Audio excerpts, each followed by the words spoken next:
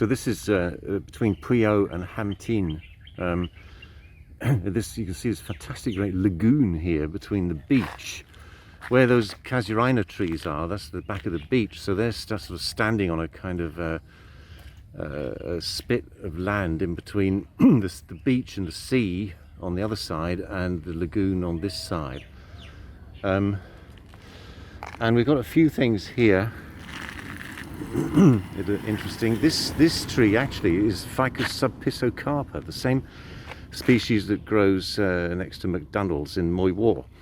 Now, it is not a mangrove. You can see it's not growing in the water or near, or even near the water. It's actually sprouting out of the retaining wall.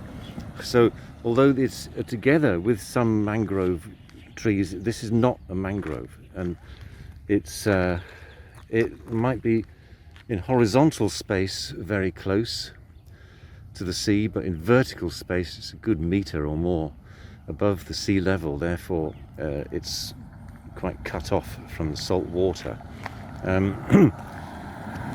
These trees, as you can see, the tide is quite high, as I mentioned earlier, so you can see that these trees are actually growing in the water. Now this is on your list, right? And this is the kind of I suppose it's the classic local mangrove tree here, Kandelia obovata. And one of the giveaways for the Kandelia obovata is these wonderful droppers, you see. Oof,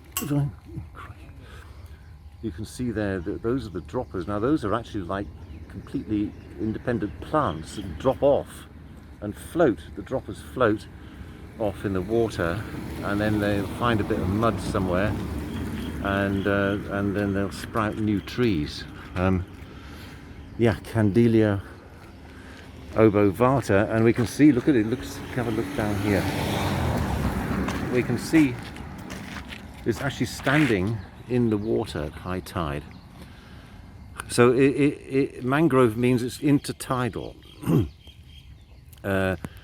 It cannot grow below low tide, where the water covers the roots constantly, and it cannot grow above high tide, away from the tidal area. It can only grow in the intertidal areas, and so that's its speciality. You will not find it anywhere else. Yeah, Kandelia obovata, and it looks like a couple of the droppers, right, have floated off. I saw something. Hang on a minute. Floated off, and there in the middle we can see what looks like a few of them have found a little bit of a mud bank and started to grow there. Of course, eventually, if this was left alone, you know, the silt would build up and the mangroves would spread across this, you know, across this lagoon area completely.